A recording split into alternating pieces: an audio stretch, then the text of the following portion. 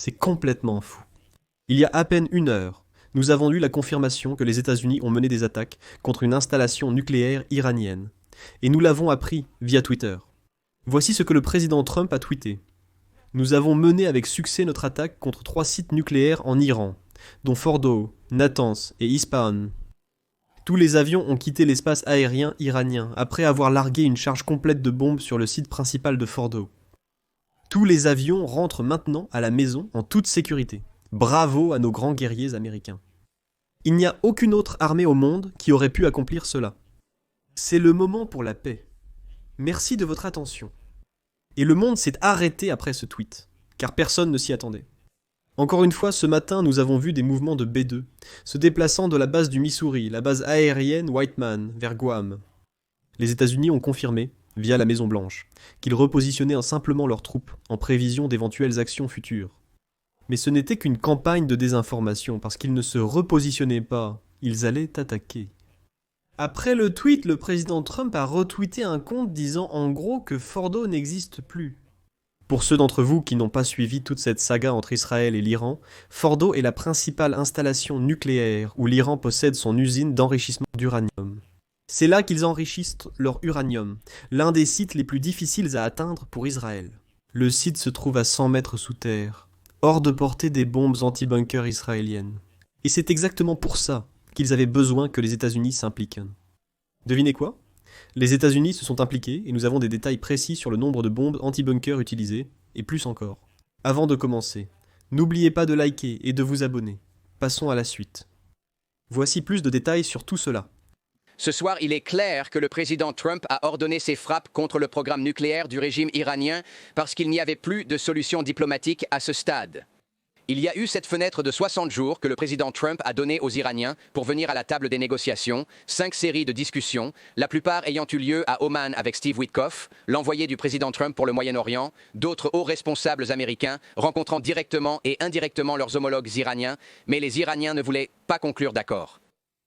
Et finalement, la décision a été prise par Israël de lancer cette opération qui a conduit à une guerre en développement entre les deux pays. Et puis encore ce soir, les Américains s'impliquent directement, lançant ces frappes avec ces bombardiers au-dessus du territoire iranien.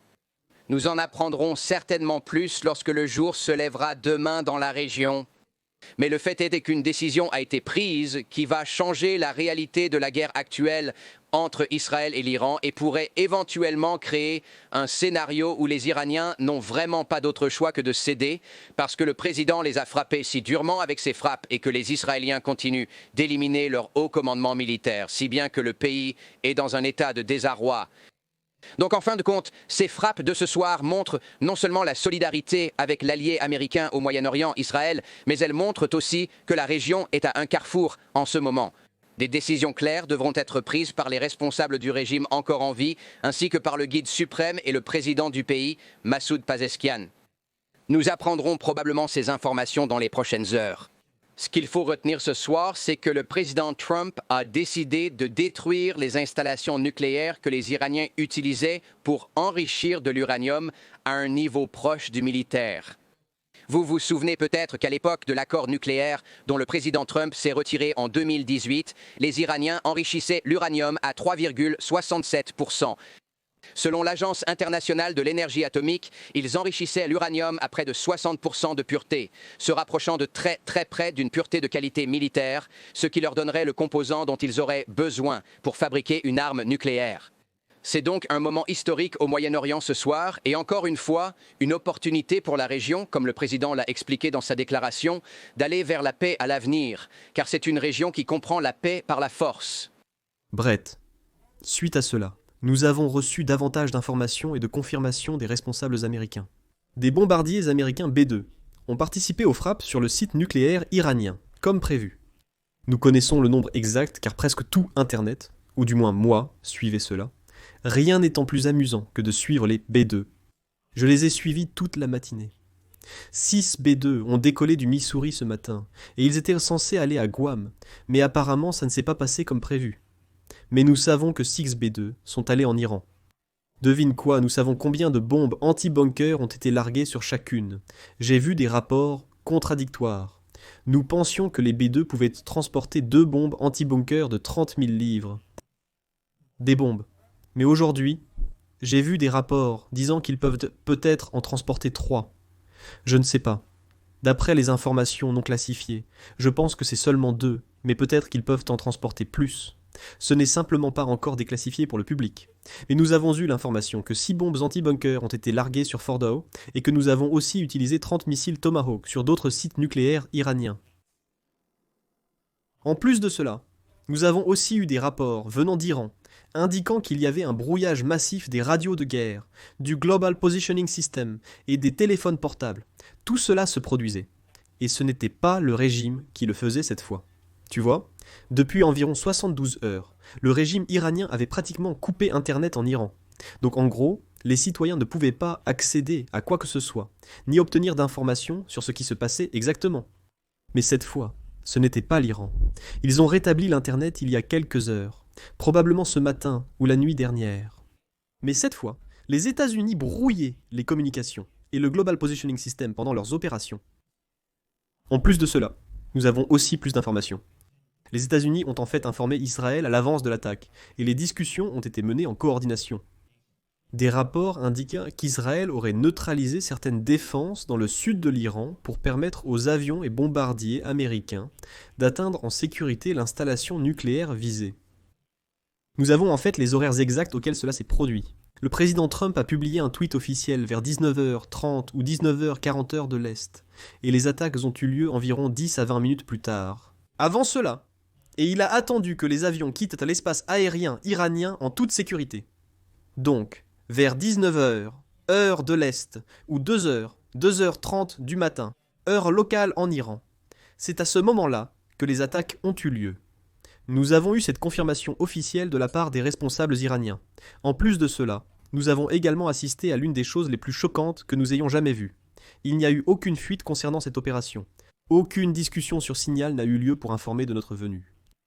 De plus, selon le président, cette opération est unique au cours des 18 dernières années depuis qu'il est au Pentagone, souligne Brett. Je n'ai jamais vu une sécurité opérationnelle si stricte. Personne ne parlait de cela, ni des préparatifs. Il y avait un confinement total, presque une coupure totale d'informations ces derniers jours. Je suis assise ici au Pentagone en ce moment. Je peux vous dire que les couloirs sont vides et que toutes les informations viennent actuellement de la Maison-Blanche. C'est un accomplissement important parce qu'il n'y a eu aucune fuite concernant le moment choisi. Parfois, je pense que ceux qui suivent beaucoup les vols, les trackers de vol en source ouverte comme Flight Radar, ont effectivement indiqué certains de ces mouvements lorsque les B-2 ont décollé de Whiteman. Mais encore une fois, personne ne s'attendait vraiment à ce que cela ait lieu ce soir. Si vous aviez regardé le calendrier lunaire, vous auriez peut-être eu un indice, car c'était un croissant décroissant et presque une nouvelle lune. Le 25, il aurait fait extrêmement sombre au-dessus de l'Iran ce soir-là. Et vous avez besoin de ça pour bombarder. C'est la condition idéale pour quelque chose comme un B-2 qui est, oui, furtif en soi, mais il doit quand même être escorté au cas où l'Iran ferait décoller des avions ou s'il y avait des opportunités de tirer sur ces B-2 qui sont des avions tellement précieux et très, très spéciaux. Seule l'armée américaine possède ce type d'armement et cette capacité. Aucun autre pays au monde n'aurait pu réaliser ce qui s'est passé ce soir sur ces 3 sites d'enrichissement d'uranium en Iran. Oui, Jen, tu as tout à fait raison concernant la sécurité opérationnelle ici et le fait qu'il y avait évidemment de fausses pistes. Et dans un monde où les décisions sont prises et où le monde digère la décision même avant qu'elle ne soit prise à cause des réseaux sociaux et parce que tout le monde regarde partout, c'était une opération assez incroyable quand on commence à penser que le président a dit dans 2 semaines, nous sommes à 2 jours de ces 2 semaines et cela se produit avec une publication sur Truth Social. Et qu'aucune autre information ne soit vraiment sortie avant cela, c'est vraiment impressionnant. L'autre chose extraordinaire à propos de cela, c'est très intéressant, du moins pour moi. Si vous suivez l'affaire Oussama, si vous avez regardé le documentaire Netflix sur la traque d'Oussama Ben Laden, je suis sûr que vous avez vu que beaucoup de gens sur Twitter savaient en quelque sorte qu'il se passait quelque chose au Pakistan, au moins. Et ils ont commencé à tweeter à ce sujet parce qu'ils voyaient les hélicoptères et ce genre de choses. Eh bien, une situation similaire s'est produite cette fois-ci. Environ 30 minutes avant que le président Trump ne tweete à propos de l'opération, quelqu'un tweetait à propos de quelque chose qui se passait dans la zone de l'énergie atomique d'Ispahan. Et voici le tweet à l'écran. C'est très intéressant de voir comment les gens qui sont dans la région tweetent avant toute confirmation officielle de ce qui se passe. Nous avons vu cela lors du raid contre Oussama, et nous le voyons se produire en ce moment. Maintenant, environ 1 heure après l'annonce du président Trump, nous avons commencé à recevoir des nouvelles d'Iran. Encore une fois, pour rappeler à tout le monde, il faisait nuit en Iran quand cela s'est produit, donc il est assez courant que les télévisions ne fassent aucune déclaration, mais c'était un événement important. Donc, 1 heure après que tout soit arrivé, nous avons eu une confirmation de la télévision iranienne, qui est essentiellement contrôlée par le régime, donc ils ne confirment cela que s'ils ont la permission des responsables du gouvernement.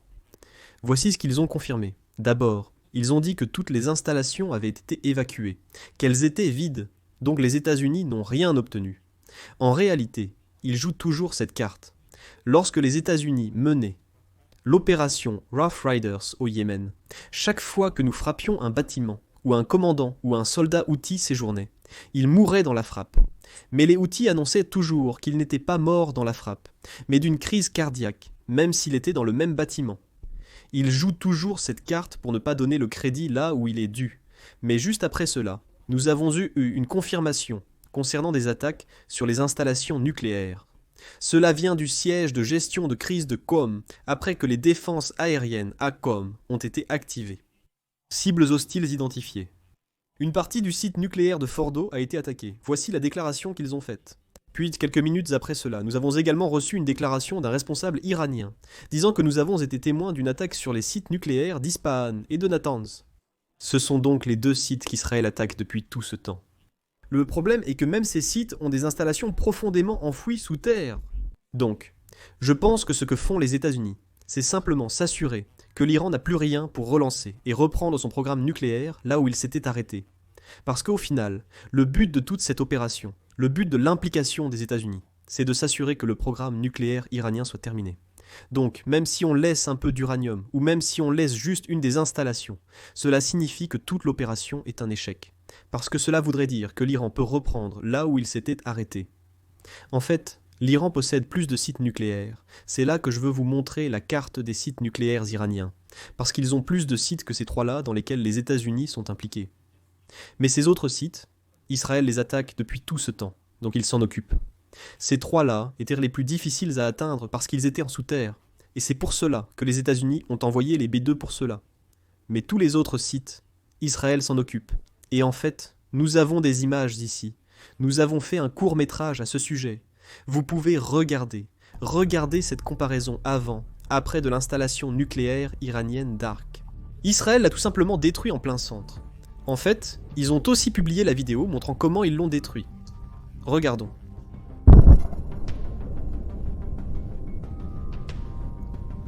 Comme vous pouvez le voir, il y a eu plusieurs explosions. Aucune radiation détectée jusqu'à présent. Donc, pas de nouveau Tchernobyl. Maintenant, à quoi s'attendre ensuite? Parce que pendant tout ce temps, l'Iran a proféré de nombreuses menaces contre les bases américaines au Moyen-Orient. L'Iran ne possède pas actuellement de missiles pouvant atteindre le territoire américain. Ils ne peuvent donc pas le menacer directement. Ils attaquent nos bases et soldats au Moyen-Orient, car c'est à leur portée.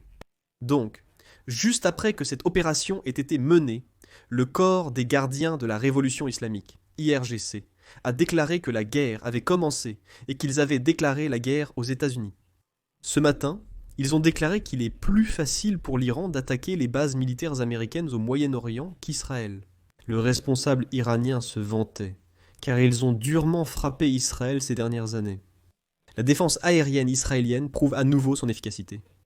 Le système est efficace, mais certains missiles passent quand même, car aucune défense aérienne n'est parfaite. Aucune technologie n'est parfaite. À 100%, c'est essentiellement le point que le responsable iranien tente de souligner. Ils prétendent avoir frappé Israël, suggérant qu'ils peuvent facilement attaquer les bases américaines. Ce qui est faux, c'est simplement ce que les Iraniens... Les responsables iraniens agissent constamment de cette manière, même si ce n'est pas vraiment culturel. Ils exagèrent beaucoup plus leurs paroles que leurs actes. Donc ils annoncent toujours leurs actions à l'avance avec des mots, mais ils ne vont jamais vraiment jusqu'au bout. Ils ne peuvent pas tenir leurs promesses, parce que la dernière fois, quand le président Trump a éliminé Soleimani, ce qu'ils ont fait, c'est qu'ils ont attaqué des bases américaines, et il n'y a eu aucune victime. Tous les missiles que l'Iran a réellement tirés sur les bases américaines ont été interceptés, donc ils ont pu attaquer. Mais ce n'était pas une attaque réussie. Mais les Iraniens, les Houthis, même le Hezbollah, ils ne se soucient pas de réussir. Ils se soucient plus de simplement lancer l'attaque. Et c'est ce qui se passe maintenant. Une autre chose que je veux vous montrer, c'est la déclaration que le ministre iranien des Affaires étrangères a faite ce matin. En fait, juste hier, l'Iran avait l'opportunité de conclure un accord nucléaire, et ils ont eu une réunion, des négociations qui ont duré des heures avec la délégation de l'Union européenne, où ils ont essentiellement débattu des mêmes points que l'Iran défend depuis 60 jours avec les États-Unis. L'Occident pose une condition. L'Iran ne peut pas avoir de nucléaire, ou l'Iran ne peut pas enrichir l'uranium, mais l'Iran dit non, ce n'est pas quelque chose qu'ils vont abandonner. Si le choix est entre l'enrichissement de l'uranium ou la guerre, l'Iran choisit la guerre. Ce sont les mots officiels d'un responsable iranien. Eh bien, devinez quoi? Ils ont eu leur guerre, et elle a été assez rapide. Les installations nucléaires sont détruites. Et après l'opération américaine, voici ce que disent les médias d'État iraniens. Trump a commencé la guerre, et l'Iran la terminera. Enfin, c'est un peu choquant. Chaque citoyen américain, notre armée dans la région, est maintenant une cible légitime. Voyons voir. Ça va certainement être une région intense à surveiller dans les prochains mois. Maintenant.